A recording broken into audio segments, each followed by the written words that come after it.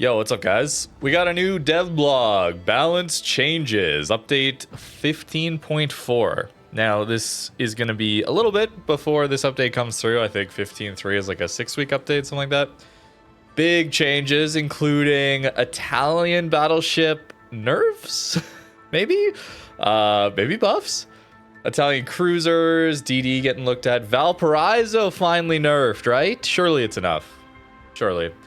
Some Santander stuff. Colbert potential buff or nerf, depending on how you look at it. Slava nerf, buff. Nebraska, Louisiana, Delaware. This one is wild. We'll get into it, don't worry. Sherman buff, just giving you a bit of an overview of what you're interested in. Maybe Eugen buff, that's pretty cool. So let's talk about the Italian battleships first, right? So at lower tier, and at all tiers rather, we're getting a change where the dispersion curve is now going to look a lot more like Soviet battleships. That's the Kremlin line, where it's very accurate at close range and less accurate at long range compared to standard battleship dispersion, which we'll use, say, Montana as an example there. It'll be similar in principle, but with higher base dispersion. This is important because, well, when we look at these ships in, say, Ship Tool, we're going to notice, actually, let me remove these two. We're going to notice that I'll put Colombo in green, Monty in blue, Kremlin in red. How about that? That way we can see a little easier. Let's just go horizontal dispersion, lowest. 15 kilometers, 210 for Monty, 212 for Kremlin, 213 for Colombo. So if it was the same as Kremlin, the base dispersion would be basically identical to what it currently is at 15 kilometers. And then simply it would just get better at close range. 10 kilometers, it's already nearly 10 meters better. Quite a bit more on vertical dispersion, which is also very important. So the Soviet dispersion curve is very, very, very good. And remember, it's 16 guns on Colombo, not 9 guns we see with Kremlin. This is a little concerning. We'll see how that actually looks. Nice to see, though, that the lower tier ones... Okay, SAP is the big problem here, especially Legendary Mod Colombo SAP. So that one, yeah, this Colombo one is definitely going to be the problem. But for Lepanto, especially Veneto, they are not good battleships. They are very, very, very bad. And to see them get a small buff, I think is good. I just don't like SAP. I think that's really what it comes down to. I would love these ships. I think it'd be very interesting to have a smoked up brawler battleship with good close range dispersion, poor long range dispersion, bit of a Soviet battleships, but smoke screens instead. Maybe SAP secondaries. I know we're just playing the Italian battleships on Legends, the console game then, but still, I think that's a much more interesting design rather than the SAP spam. I actually think this might end up being a bit of a buff. I was watching Bo play a little bit this morning, and didn't look any different. If anything, maybe it's more accurate. They're also changing this with the super battleship too. So we'll see. I mean, I'll play with it when it comes out. We'll see what it actually looks like. They removed the spotter aircraft as well and up the base range. Notably, upping the base range also affects your dispersion a tiny bit. They had to data mine this years ago to actually understand this. It's not something that's like obvious when you're playing the game. It's a very minor change, but it's a big change on the Soviet dispersion curves because that changeover point where it goes from ridiculously accurate, like look at the difference here. It's like approaching cruiser level dispersion at these very close ranges, 5 to 7 kilometers or so. And then this changeover point around 10 kilometers, 8 to 10 kilometers, it just drops off a cliff and it gets so much worse than going out to 17 kilometers here. That changeover point where it gets really bad very quickly, as you up your range, it moves that point further out. That's why with this Soviet dispersion, it's very important to consider range mod. Now, are they going to leave range mod as an option on Colombo and the rest of the line? Maybe with the rest of the line, you run range mod, and then Colombo, you just still run legendary mod, because the legendary mod is still better than... I would assume it's still better. I shouldn't say that before we actually play with it. Some small changes to Abruzzi here. It's getting a sub-surveillance. That's more in line with it's a premium ship. It's more in line with the rest of the tech tree. That's fine. Brindisi getting a concealment buff, which is pretty massive considering this power of SAP against DDs. You can more do that I played Zhao recently, kind of that stealthy smash a destroyer role. Adriatico here getting a buff to its reload. That's pretty cool. As well as a conceal buff. That's nice to have. I don't really like the Italian DDs, so not sure about that. Valparaiso. Okay, let's talk about this one. Valparaiso, there's several issues with this one. It's got pretty ridiculous maneuverability, right? 7.8 second rudder, 850 turning circle radius means that you're basically dancing around a lot of the shells that come at you. If those shells hit you, you have insane amounts of healing. You heal back like 85% pen damage, something like that. And you heal back currently 33% Citadel damage. So if we look at it here, where are we? It should be here, yeah. 33% Citadel damage, 85% pen damage. So you're already massively punished for Citadels. I think it's good they're changing this down. Like, this is good to change it down to 10%. But it's not a big nerf. I was mentioning this in the Discord when they were talking about, or hinting at, rather, that they would use this balancing patch to actually nerf Valparaiso. Let me go find exactly what I said. I said it should be an interesting test to their balance department. Actually, I can just move this over here. Should be an interesting test to their balance department. I also hope they take a look at a bunch of old ships. Oh no, here. It has to be a mobility nerf. That's where it is. Sorry, this is a little all over the place. It's second channel. We're chilling. I just thought I'd give you my thoughts. I'm not sure if I'm going to stream today or not. I also hope they make the combat instructions more like San Martin, where you can't just perma-spam heals with a 5-second downtime. It also gets a lot of heals too. So a little bit of math says that Valparaiso gets 160,000 healing. Where did I go? This is a bit all over the place here. So each heal with current Valparaiso gives you a little over 20,000, nearly 21,000 HP. You get 8 heals total when you're running the full build, so it's 166,000 HP. Now, I was trying to do some math here to make sure I'm including the flag upgrades to get our total HP higher, because if we just check the base values here, this is not taking into account buffing our HP with the flag, right? We have the flag here, and then it also doesn't take into account 20% more healing per heal with this flag. It also doesn't take into account the improved duration, which gives us more healing as well, thanks to this upgrade. So I was trying to do some math, and what I came to was 133,000 HP is what you're going to get out of the Valparaiso heal now, assuming you can maximize every single one, which will be harder thanks to 10% less, 10% Citadel heal. I don't think this is a big problem, though, honestly. If you're playing Valparaiso well, you're not eating Citadels anyway. This was already like the downside, I guess we could say, of Valparaiso is if you take Citadels, you're not getting your max healing already with 33%. It's 85% pen damage. Like, there's already a big reduction. It is a nerf. It is definitely a nerf.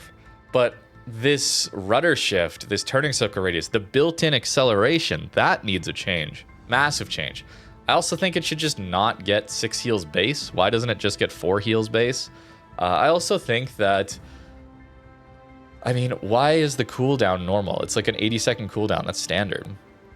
That's standard for battleships, right? If we go take a look at San Martin, okay? San Martin also gets a combat instructions. 85% prep time with your combat instructions. Very powerful, but look at your standard consumable cooldown. It's 180 seconds. 60 seconds for the damage con. Fair enough. But 180 seconds for these powerful consumables that you're running. You're probably running radar. You're probably running hydro. And of course, you're running the heal. So if you're not getting... You're massively punished for not using the combat instructions. Massively. And even if you are, you're not instantly getting back to every one of these. Where if you're within secondary range with Valparaiso, you're just instantly healing every 5 seconds. There's like 8 seconds of healing, 5-second downtime, and then you're healing again. And then 5 seconds of downtime, and then you're healing again. It's crazy. So this really should go up to like 180 seconds like Martin, and this should also go down to probably an 85-second reduction, or 85% reduction, something more similar to Martin. And even then, this ship would be crazy still. It'd still be very good. The main guns, not great, let's be honest. Inaccurate, lower caliber for the tier. You gotta go very broadside to use them, exposing your citadel, right? Which is notable. The secondaries you gotta go broadside to use. They have high DPM, they light fires, but they don't full pan a lot. Like, the reason this ship is so crazy is not that its offensive capabilities is that impressive. In fact, it's not that impressive. The reason the ship is so crazy is that it just lives forever while being able to stay within secondary range. And it's very easy to do that. So this is a nerf. Yeah. But it's nowhere near enough. We'll see. I'll play with it. We'll see. Santander gets a reload buff. Okay. That's fine. Okendo, small reload buff as well. Montcalm, an error to just the number of heals. This is what next update we're getting is a bunch of cruiser heals at mid-tier, which I'm very excited to take a look at. 2 heals per cruiser. Colbert. I want to talk about Colbert. This is... Okay. It's a buff. Sure. More range. But is it usable? Is this a usable buff? In fact, I think it might be a nerf. Hear me out. Okay, hear me out. Let me get Colbert highlighted and the rest of these not. So, if we go to 15 kilometers, take a look at that flight time. That's 12.5 seconds a lead. Let's go down to 13 kilometers. 10 seconds a lead. It's still hard to lead these guns at 13 kilometers. All we're getting here is more bait to not go dark and reposition. It's often a much better strategy with Colbert. Once you're getting to those longer ranges of where you're trying to aim at those ranges, it's much better a lot of the time to reposition and get yourself a little closer while not firing, remaining undetected, get to the next island, and then open up again. You get more damage that way overall because it's just way more effective at these closer ranges. It's hard to do, obviously, but that is, I think, a better strategy. Now, we're also seeing that our concealment, when we're firing our guns, blooms out to our maximum gun range.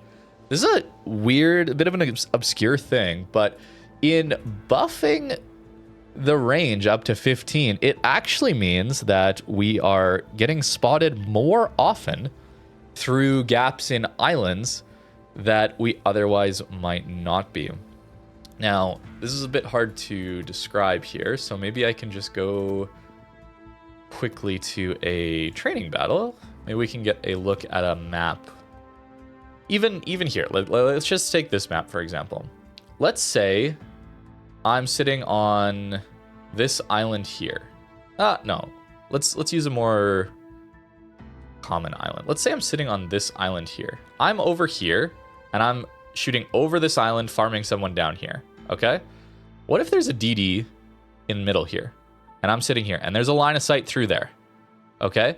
I'm farming, undetected, because my 13 kilometers of range comes to like here, let's say. What if the DD's here? Now I have 15 kilometers of range, and that destroyer's within my gun range and can see my ship. I don't need the extra range to farm this guy. All of a sudden, now I'm getting spotted more. There's plenty of maps where this kind of thing happens. Something like Greece, it can happen quite a lot. If you're over here and you're trying to farm this way, and then the enemy team pushes up through here and tries to spot you. But with low base range, they have to get into here to spot you, not back here where it's safer. There's a lot of, not a ton, but I would say there's quite a few positions where this is true. Up here, farming across this way is a pretty common one, where in the middle you can get spotted.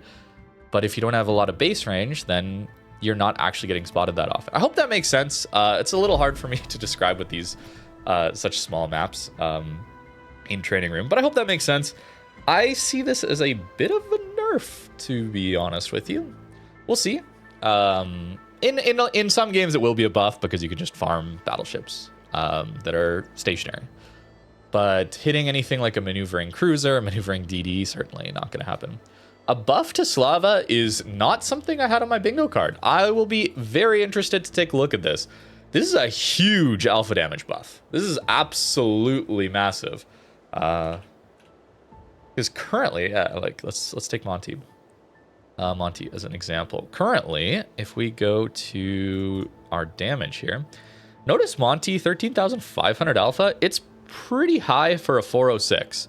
That's kind of one of the features of the American battleships. They generally have pretty high alpha damage for their caliber.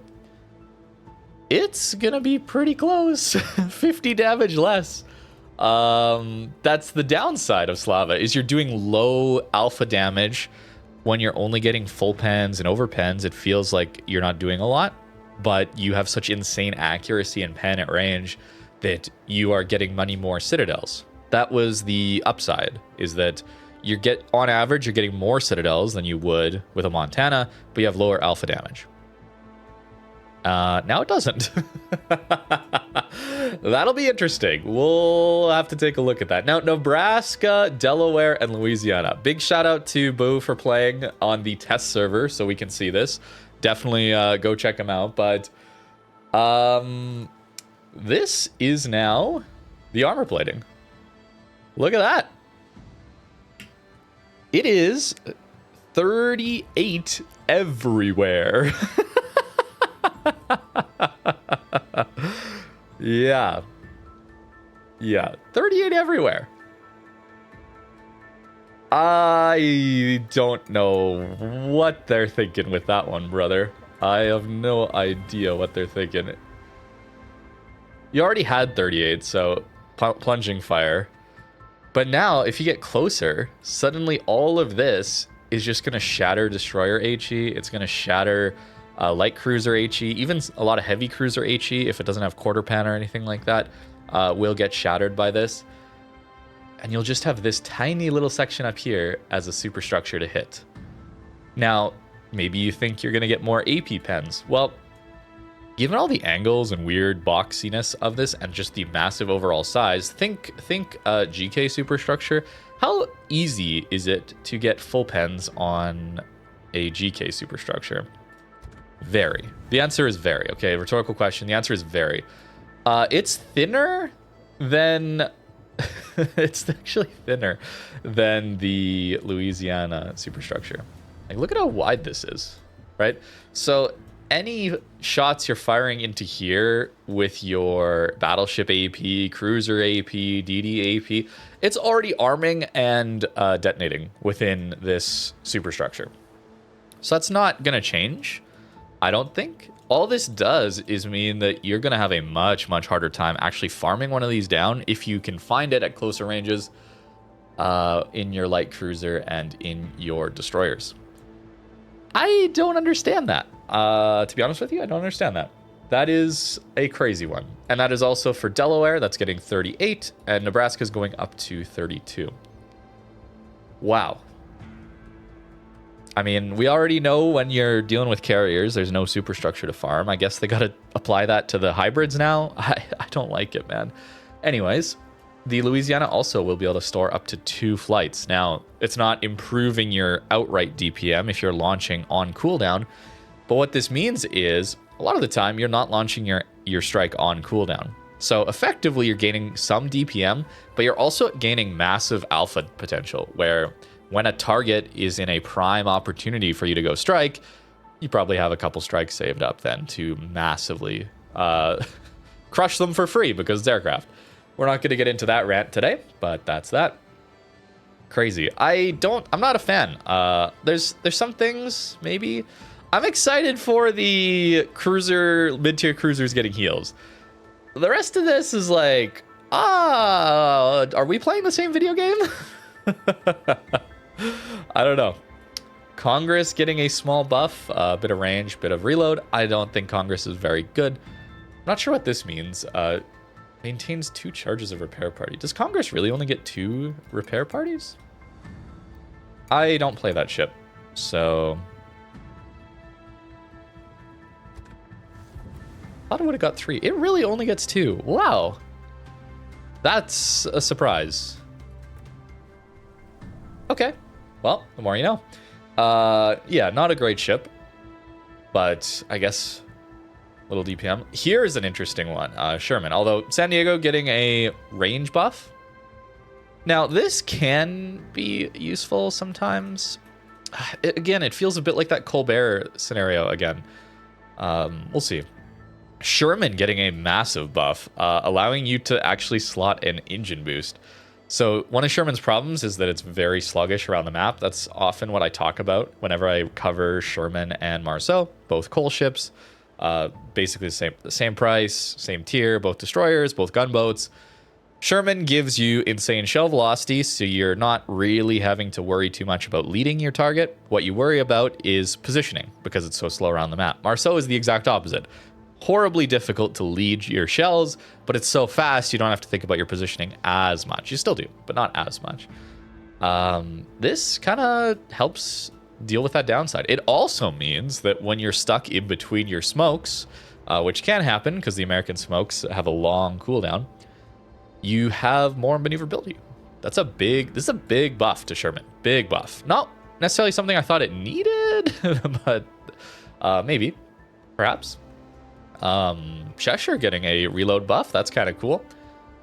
We took a look at that one recently for Ship Request. Yeah. I mean, I did okay with it, but hey, nice reload buff there. It'll be interesting to see what they do with a lot of these heal cruisers at mid-tier now that all the other cruisers that traditionally didn't have heals, in theory it was all balanced. Maybe not, but in theory it was all balanced. So what happens when all the other cruisers get a massive buff in gaining all these heals? What happens to the heal cruisers? Do they get buffs elsewhere to their damage output? Maybe, I don't know. But seems like a little bit here. Ocean is getting a small nerf. I mean, the ship is like insane. So probably not that much of a nerf, but I'll take it, I guess. Prince Eugen. Hype. I am excited for this. Okay, this is another example of perhaps some of these heal cruisers getting buffs elsewhere. Hipper is going to get a heal. That means that Eugen just simply has worse DPM now and like one more heal, something like that, than what Hipper will have. Like, Hipper is just outright better than at that point. We're getting a buff to pen angles. This I am excited for. So years ago, Hindenburg did not have quarter pen HE. And they were thinking about buffing it. And I wanted them to fully lean in to the AP focus. I didn't want them to like give us another boring pre-kite HE spammer, which is what they kind of gave us. But I wanted them to give it pen angles.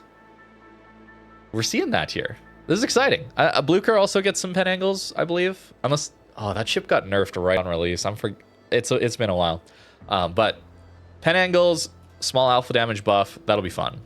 Nerf to torp protection, I guess, is a nerf. I am shocked that they're leaving these ships in this state with their radars and with, they're not even touching the tier 10, which is kind of wild because Thor, I think, is by far the best one. Tier 9 and 8 aren't bad either, but wild. You get gearing level torps, 10 kilometer long duration radar, great concealment, great armor, smaller HP pool, insane engine boot. Okay. I mean, it's pretty fresh, so I guess they need more data. That's the balance changes. I rambled on for like 20 minutes here. Sorry. This probably could have been a shorter video, but there's my thoughts so far, initial thoughts. I haven't played with any of these yet, so we shall see what that actually amounts to. But yeah, I gotta say, like, for the mid-tier ones, actually playing Lepanto, playing Veneto, like, the grind to get Colombo is miserable. It is. It just really is. You have terrible dispersion. It feels bad the entire time. And then you get to Colombo, and suddenly, especially if you run, if you get the Legendary mod too, it's not just the Legendary mod. It got a Sigma buff pretty close to the timing of when the Legendary mod came out, which is why Colombo went from absolute shotgun, like alongside the rest of the line, to, wait, this ship's suddenly broken, is within 3 months, they went, oh, we'll Sigma buff it, and we'll give it a dispersion buff further with the Legendary mod. That's why it jumped from being trash, kind of, to, it wasn't, like, horrible, but it wasn't fun to play because it was a shotgun, to insane. That's why. And now that they've touched both the Legendary mod, not fixing the problem, which was the sap alpha damage, pen angles, consistency at all ranges and angles. Like, Colombo shoots at you, it just rips 20k. For sure. Potentially more. Like, so they've touched the leg mod, and now they've touched the dispersion. And we'll see. I don't see this fixing that issue. What does that tell us about the balance of this game and how they're going about changing ships and how they're going about diagnosing problems even? Perhaps I'm reading too much into this, but it almost feels like they don't understand why Colombo is so frustrating. You know? That's kind of what it feels like to me, is like they don't understand why the community is so frustrated by playing against this ship. You know, because they're just completely not dealing with the problem, which is the ammo type, SAP, is just purely broken. Like, even on cruisers and DDs. Like, the ammo type, the alpha damage is higher than armor piercing in most cases. And it's got the consistency of HE in terms of pen and not over-penning and that kind of thing. Sure, you don't get the dots of HE, but you get like 3x the alpha damage. I mean, come on. Come on, the ammo type is crazy. And then the dispersion to go with it. Understandably, though, Colombo wasn't very popular when it had bad dispersion, much like the rest of the line, because it's frustrating to play something that is so inconsistent. But it has to be, because the ammo type is so crazy that if you make it consistent, you get what Colombo has been for the last couple of years. Anyways, I could talk about that for a while, I'm sure, but yeah, not a real nerf to Colombo by the looks of things. Probably a buff to the rest of the line, especially considering they are still seemingly, you know, I haven't seen anything here that says we can't slot range mod, because if it works similar to Soviet battleship dispersion and you can still slot range mod, that's a big change. Moving over that a little further out, that changeover point where it goes from very accurate at close range to very inaccurate at long range, compared to standard battleship dispersion, of course. And they're giving that to the super one as well. Anyways, that is the balance changes. I'm happy that they are looking at balance changes again. It's been a long time since we got a balance pass for older ships, that kind of thing. So I'm excited. I am glad they're looking at this. Don't get me wrong. I just worry that they're not addressing the real problem ships in the ways that they're problems in Valparaiso, in Colombo. That's my worry. Let me know what you think in the comments down below. Thank you very much for watching, and have a great rest of your day.